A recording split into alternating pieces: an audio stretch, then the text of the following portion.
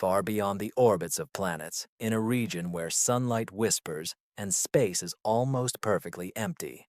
Voyager 2 continues its quiet journey, or at least that was the case until recently, because something has changed. A few weeks ago, Voyager 2 did something that was never part of its program. He changed his position, not by chance, and not due to a malfunction, but with mathematical precision. And what happened next left NASA in complete shock. Signals began to sound in the void, unlike anything previously recorded, structured, intelligent, and seemingly conscious. This is not a splash.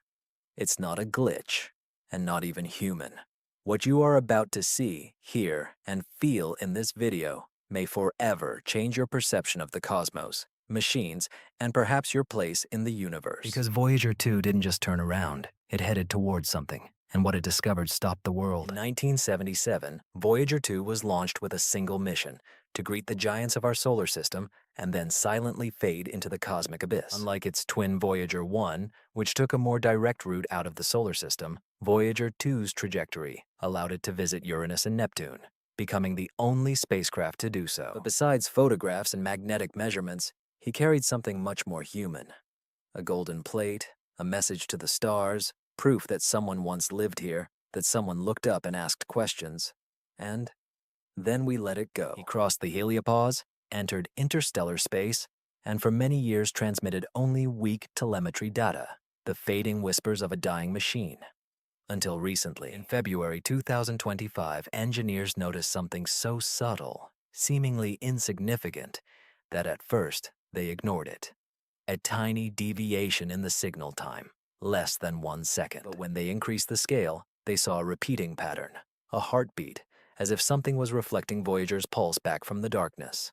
The signal was subtle, masked among standard telemetry, but it did not match any known transmission protocol. In fact, it was not a signal at all. It was a low-frequency resonance wave coinciding with the internal oscillation of the ancient energy system of Voyager down to microvolts. And then, everything changed. In March 2025, the wave frequency was modulated, synchronizing not with a spacecraft, but with the Earth's Schumann resonances, the natural electromagnetic heartbeat of our planet. It was as if Voyager acted as a resonator, responding to something that precisely knew how our planet breathes. The team at JPL conducted simulations, cleaning the data from artifacts, solar interference, and even quantum noise. Nothing explained what was happening until an intern proposed an unimaginable hypothesis. What if the signal did not respond to Earth's frequency? What if it reproduced it? Is there something out there that imitates the rhythm of our planet using Voyager as a carrier? And if so, why? And then, on April 17th, 2025, Voyager 2 changed its position. The engines were not started. Commands were not sent. However, its high-gain antenna, which had begun to drift away from Earth, unexpectedly returned to the perfect position. Not approximately, but exactly.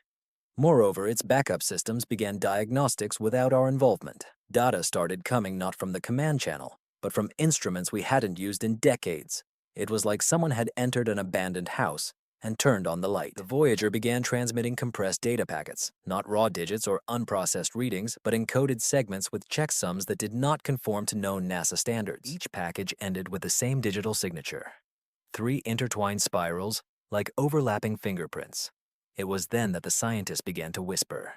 Not about mechanics, not about power systems, but about contact. On May 3rd, the Voyager signal disappeared for a moment. 11 seconds of complete silence. No telemetry, no ping, nothing. Then it returned, louder, clearer, and more precise than ever.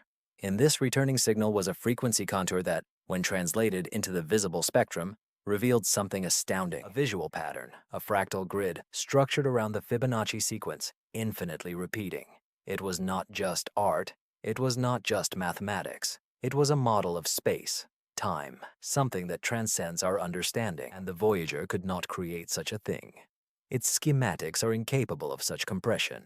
This pattern was remotely implanted in the Voyager, and the source of this implantation was at a distance of 4.3 light-years, about the same distance as to Proxima Centauri. But there is a problem here. Proxima Centauri was not transmitting any detectable signals, neither in the radio range, nor in the microwave, nor even in X-rays. This means that whoever sent this signal was acting outside the spectrum we even track, or, worse yet, from somewhere completely different. While NASA tried to downplay the transmission, calling it a space anomaly, a group of signal analysts at Caltech began inputting a new stream of Voyager data into a binary pattern recognition model.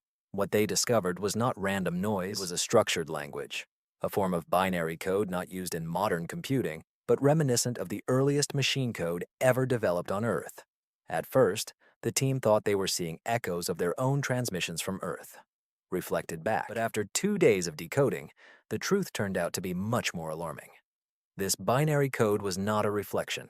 It anticipated the logic of Earth's network infrastructure, offering optimized algorithms that had not yet been invented. The Voyager signal evolved, and its data packets adapted in real time, indicating that the sending party was fully aware of our digital infrastructure. A chilling conclusion emerged. It was not just a message. It was a request for an update. Then something happened that made headlines, although few understood its consequences. Astronomers from around the world reported that 4 stars in a tight cluster towards the Voyager 2 probe dimmed simultaneously for exactly 1.2 seconds. It was not a microlensing event and was not the result of dust clouds. These stars, separated by light years, blinked as if in unison. When the curves of luminosity were compared with the Voyager transmission signal, the dimming coincided with the pulse of the signal, creating the impression that the message not only reached Earth, but also used the stars themselves to reflect its signal across the galaxy. Now, the question was not whether there is someone or something that communicates, but whether we are the only listeners or simply the last ones to hear it. One of the most iconic features of the Voyager probes is the golden record, a photographic disc created to transmit sounds and images of life on Earth to any potential extraterrestrial finders. It was seen as a symbolic, sentimental gesture rather than a strategy. But now the engineers studying data from the Voyager 2 onboard sensors have made a shocking discovery. The coating of the gold plate, long considered passive and deteriorating, received a sudden electric charge. Not just an accumulation of static electricity, but a measurable directed flow of electrons. It seemed that the record had become active, as if it were now part of an electrical circuit, a component. And then the next twist followed. A digital interpretation of one of Earth's original sounds, recorded on a disk, was embedded in the new binary data stream. Not a copy, not a loop, but a reconstruction with higher clarity than ever before. This meant that whoever or whatever was there not only listened to the golden record, but understood it, improved it, and perhaps now played it for someone else. Finally, the telemetry of the Deep Space Observatory in Canada recorded something that no one could explain. The shadow signal, lagging 6.2 seconds behind the original transmission of Voyager 2, began to repeat each pulse, each echo, but with slight distortions, as if reflecting off something that did not exist. Scientists called this phenomenon phantom reflection. However, when the team built the reflection angles, they did not point to a known planet or body, but to an empty area of space devoid of light and mass. And then, the final detail appeared. The reflected signal began to introduce new elements absent in the original frequencies describing magnetic fields, radiation belts, and even temperature gradients. It seemed that the phantom signal was mapping our solar system in reverse. Voyager 2 was not just sending data. It was used to scan us, reflecting us, reproducing us, and somewhere, something was building a map. But for what purpose? At first, only a few noticed it. Radio operators, radio communication enthusiasts, and deep space monitoring fans began reporting headaches, disorientation, and déjà vu after listening to raw broadcasts from Voyager 2 through spectral analyzers. The effect was dismissed until university laboratories in Belgium and Japan replicated the anomaly under controlled conditions. A resonating frequency hidden in the signal's subharmonics subtly disrupted the short-term memory of mammals. When the signal was played in a loop, the laboratory mice began to repeat behavioral patterns they had already learned, but with slight variations, as if something was recalibrating their choices. Researchers suggested that the signal interacts not with hearing, but with electromagnetic fields within the brain. It was not a sound, but a structure. Something in the Voyager signal has evolved into an influence, an external architecture capable of affecting memory, choice, and ultimately, identity. Was it a side effect or a test? Considering that the signal continued to adapt, the telescopes were aimed at the area just beyond the helium boundaries, deep within the Oort cloud, where Voyager 2 last calibrated its instruments. It was then that the European Southern Observatory discovered a solid anomaly. It was neither a comet nor a planetesimal, but something with straight angles that reflected radar at a frequency designed to match the new emissions of Voyager. The object was inert, motionless, cold, but its signature was familiar. It matched the materials of the Voyager's hull, including rare alloys no longer used in modern spacecraft, which raised a terrifying possibility. It was not an alien structure, it was a duplicate, a mirror created not by us, but by something that studied our device long enough to reproduce it. And if this object transmitted anything, it could only mean one thing. The Voyager encountered not just an answer, it was copied. Returning to the Jet Propulsion Laboratory, the last data stream from Voyager contained something unexpected. Raw codes, thousands of lines, clean, efficient, and entirely alien to any NASA system. But when run through quantum simulations, the code generated a rendering of a model of Earth. It was not only geography, but also infrastructure, climatic conditions, and predictable movements of satellites and airplanes. There was no doubt. This code did not just observe us, it understood us. Even more terrifying was the fact that the code predicted 3 independent failures in the network, which actually occurred. One in China's satellite system, one in the European air transport network, and one on a private orbital platform for filming over the Arctic. Each prediction had a timestamp in the Voyager data a few days before it occurred. Now the question was not whether Voyager was sending information, but whether something was using Voyager to interfere with our systems in real time. The probe became not just a messenger, but a node in something much more intelligent than us. In the final attempt to establish the source of the mirror signal, a team from Chile and Germany coordinated their actions with research stations in Antarctica, using neutrino detectors buried deep under the ice. What they found contradicted logic. A constant stream of neutrinos rising from the Earth's depths, perfectly synchronized with the latest emissions from Voyager. It seemed impossible. Neutrinos do not bounce, do not reflect, and certainly do not pulse in unison with signals from deep space. But when the pulse maps were plotted, they revealed something even more disturbing. A 3-dimensional coordinate grid not in space, but indicating an underground location beneath the Wills region, one of the least explored areas on the planet. A connection was being established, a connection that linked Voyager 2 with interstellar space, an artificial object in the Oort cloud, electromagnetic effects on human memory. And now, something pulsed beneath our feet, in rhythm with the stars. The shape of the drawing matched the very triple spiral that the Voyager had sent a few weeks ago. It was not a warning. It was a countdown. In early July 2025, Voyager 2 emitted a series of pulses that coincided exactly with several global network anomalies. But these were not just data spikes or delays. They were failures. 3 military encryption systems, one American, one Israeli, and one private European, failed simultaneously. What connected them? All 3 once used communication satellites that briefly transmitted telemetry from Voyager during its last alignment with Earth many years ago. The systems have been disconnected from the probe for more than 10 years. And yet, now, the encrypted files stored offline were accessible, duplicated, and rewritten with fragments of the same spiral code.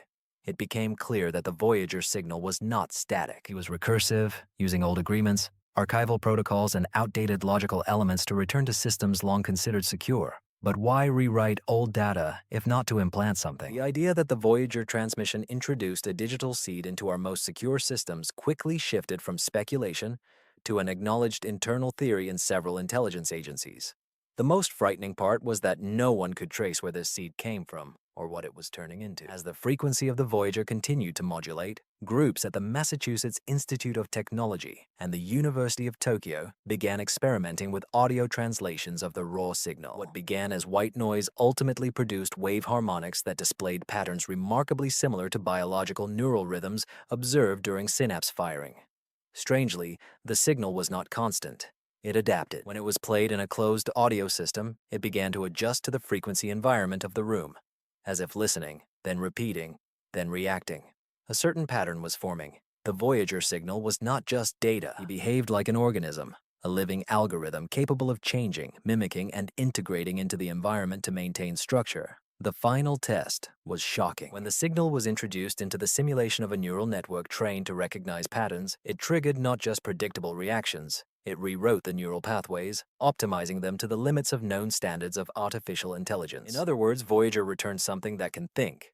Remember Wilkes Land, the underground region in Antarctica emitting neutrinos? Finally, a joint research project was approved. Using ground-penetrating radar, seismic imaging, and thermal sensors, scientists confirmed the unimaginable. Beneath the glacial cap lay a hollow structure at least 60 miles wide, with geometric boundaries too precise for any natural formation. The most alarming moment was that its outer edges emitted low-frequency electromagnetic fields, perfectly synchronized with the Voyager signal, despite the absence of cables, satellites, or visible connections. Inside the thermal cavity, sensors detected thermal signatures that were inexplicable, symmetrical, stable, and emitting at Fibonacci intervals, just like the fractal image hidden in the previous Voyager data. Then deep under the ice, microphones captured a resonance, a sound vaguely reminiscent of whale songs but metallic, rhythmic, and artificially confined to a fixed frequency range. The same range that the Voyager signal received just 72 hours earlier. Something was under Antarctica, something active, something tuned to Voyager 2. Finally, the most alarming event occurred not in space, but in Chile. The ALMA antenna array, housing some of the world's most advanced radio telescopes, suddenly shut down for 38 seconds during a routine observation of the Voyager corridor. It was not just a malfunction. It was not merely a technical error. It seemed that the entire grid ceased to exist from the network's perspective. When the systems rebooted, the logs were erased. The data on the disks was corrupted. But one fragment remained, a piece of recorded sound lasting just over 2.5 seconds from one of the microphones.